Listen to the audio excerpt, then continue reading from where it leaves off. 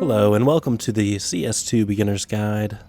Today I'm going to be talking about the in-game economy. So to start off, tip number 1, you want to be looking around at your teammates at the start of every round. As you can see, they've got how much money they possess above their heads. You could also hold tab and it will show you how much money each of your teammates have. And if you see somebody that does not have enough money to afford a rifle, and it's a full buy round, and if you have money to buy them a rifle, you would look at whoever it is, Bot Irwin, you look at them, and then you go to the gun you're buying for them, you hold control, and then you click, and it will drop a rifle without dropping your weapon that you have. So like I have a rifle now. Control, it drops the rifle, it doesn't drop my weapon. So just look at them, control, click, boom, easy. Tip number 2. Now obviously you can buy stuff just by clicking on them, but the faster way to purchase is to learn what numbers are assigned to these keys and remember them, and you can buy very quickly. So 1-1 buys armor, 4-2 buys an M4, and then for 5, I just roll all my fingers, 1, 2, 3, and 4, to buy all the nades that I need. And this will allow you to buy much faster. You don't get that much time during the freeze time at the beginning of the match. You've got to be able to assess how much money your team has, and then buy for people, all in that short amount of time. So if you're able to buy yourself, and then you can just turn to somebody and drop them a gun, that'll make it so you can get through the buy time much smoother. You don't have anybody stuck at the buy zone. You want to avoid that at all costs. Most people do not learn these buy numbers. So, I mean, if you don't want to, you do you, but I use them, I always have, and it's much better. So as you can see, you got 1, 2, 3, 4, 5. So when you press these numbers, it'll put you in those categories. And then so like you press, like you want to buy a pistol, you press 2, and then you press the key, the number assigned to the pistol you want. Tip number 3. The first round of every half is a pistol round. If you, on pistol round, you want to be buying, period. You do not want to save your money. That $800 is not going to do anything for you if you do not win the round. Winning pistol round is essential to winning the game. It actually puts the odds heavily in your favor because you should be guaranteed to win the next several rounds if you win the pistol round. So what you want to be buying is either a pistol, you could buy an upgraded pistol with some utility, or you want to be buying Kevlar vest, or you could be the one person on your teammate to buy a defuse kit. Any of these would be great options. Any of them would be much better than hanging on to your $800 that you start with, because that is not going to do anything for the longevity of your team. So make sure that you're purchasing on pistol round. If your team loses pistol round, you do not want to be forcing on round 2. If you lose pistol round, round 2, you want to be doing a complete save, maybe buying like a P250 or something, depending on how much money you end up with. You just want to make sure that you stay around $2,000 ending your buy time at round 2. So you could buy down to $2,000 if you had a good pistol round. But other than that, you don't want to be doing a full buy where you have $50 to end round 2. Because if you lose round 2 and you have forced, or some of your teammates have forced, then going into round 3, now you've lost 2 rounds and you still do not have enough money.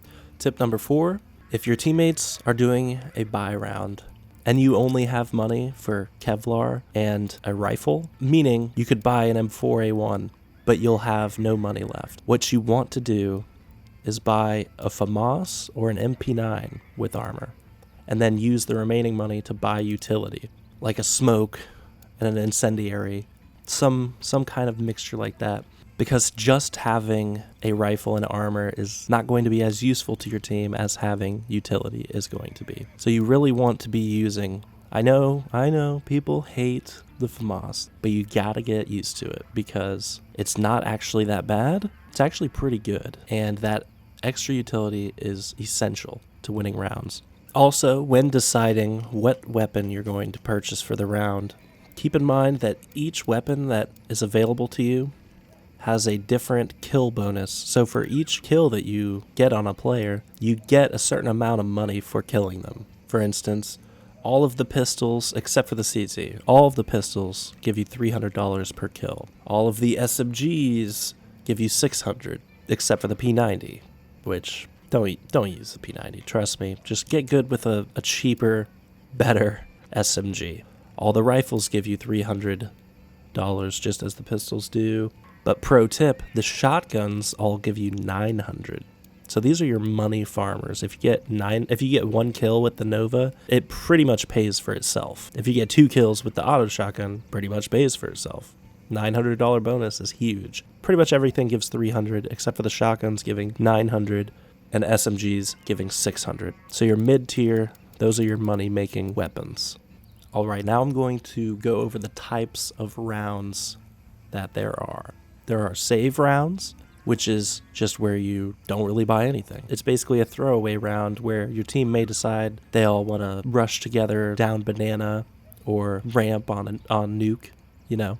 It's just where you're bum rushing the enemy team, trying to get 1 or 2 kills, just take away some of their guns so that they have to rebuy them. You're trying to damage their economy as much as possible while you have none.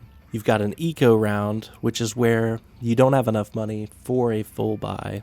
So you'll buy just like a pistol, maybe armor if you have it, but when you're doing an eco round, you generally want to stay above 2,000. You don't want to go any lower than that. There's a force buy, and this is just an act of desperation. If you had a really bad first half, let's say the enemy team went 10-2 on you, and then they win the pistol round of the following half, so now they're up 11-2. You may decide that you want to force, just because they only won pistol round. They probably aren't fully equipped yet. Some of them may have Galils, some of them may have MAC-10s. So your team could decide to force up, buy whatever you can, and try to regain some rounds. And then you have the hero rifle rounds, which is basically where if a teammate survives the previous round with a rifle, or if you have one person that has enough money for a rifle, but the rest of your team does not, you want to buy up around the rifle to help support the player who has the rifle. So you could buy armor and a pistol, whatever. You don't want to completely ruin your economy on this round, because one rifle's not worth throwing away your economy on. But you want to buy a little bit to try and help support the player that has a rifle. So those are the types of rounds. You got to be watching your teammates' economy, paying attention to who has how much money, and deciding what type of round this round is going to be. And also, by purchasing weapons for teammates without even them having to ask, like if you're just watching them, you see they don't have enough money, you drop them a rifle, and then you say, hey, I dropped you a weapon. If you do this without even asking them, this is going to help prevent any sort of toxicity from bubbling up in your teammates. It'll keep things friendlier. They'll know that, oh, this guy's got my back. It'll keep things nice and smooth between your teammates, and it can help out on that front. So when you're on the terrorist side, your main objective for every round obviously is to plant the bomb. Killing the entire enemy team is fine, but planting the bomb, even if you're not going to win, is very essential, because if you plant the bomb, you get $300 as the planter. If your team dies and you lose the round, they defuse the bomb, your entire team is going to receive $800 extra just for having planted the bomb. So even though you lose the round, by having planted the bomb, you secured some of the economy for your next round, making it much easier to stay in the game.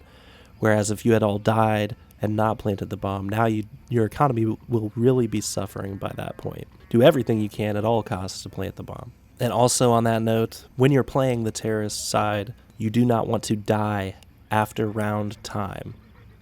Because if you die after round time, when the round ends, you do not get any money as a terrorist player. So if you die, you lose all of your equipment, and you do not get any income for the round, which will dig you into a deep, deep economic hole. Which, by the way, I didn't mention it, but like I said, when you die on the T side, you do not, if you die after round time, you don't get any money. That does not apply to counter-terrorists. So if you're in a 1v4 situation as a counter-terrorist, whether or not you save or go for the clutch depends on your economy. So if your team everybody on your team has like $8,000-9,000 and you decide you want to go for it, even though it's a crazy 1v4 hero clutch move, economically it's fine. Discuss it with your teammates. They may, these randoms out here are always talking shit, and they don't, they just like to be haters. So just feel the vibe and make your decision. And finally, there is a loss bonus system, which you can see right here. This tells you what level your team is on for loss bonus. You can see that you got 4 little boxes on each side. You start off even to start the game. Well, to start the half, it resets at halftime. But so if you're on a loss bonus, like if you're on a losing streak, with each consecutive round lost, your income for the rounds will go up. So at level 1, it's $1,900 bonus for losing the round. At level 2, it is $2,400. At level 3, it is $2,900. At level 4, it is $3,400. You can factor that into your economy, knowing where you're generally going to be and what you can buy in the current round. Once you get to a full loss bonus, you're at the point where you can have a Galil, armor, and several nades every single round, guaranteed. So that's really like where you're just at the point where you're just going to be buying every round, desperately trying to get some rounds on the board. So to recap, be tracking those numbers above your teammates' heads. Keep track of what equipment they have. Pay attention to who needs a weapon. Make sure to buy them with control. And just do your best to manage that economy. But anyways, that's all I got for you guys today. If you like this video, give it a thumbs up. If you didn't like it, thumbs it down. I'm going to be coming at you guys with another tutorial next week. Next week, I'll probably be going over weapon accuracy and going over how to get better at weapon spray patterns, controlling weapons, just general shooting shit. It's good. It's going to be good. So be sure to tune in for that. Feel free to like and subscribe. I'll see you in the next one. Peace.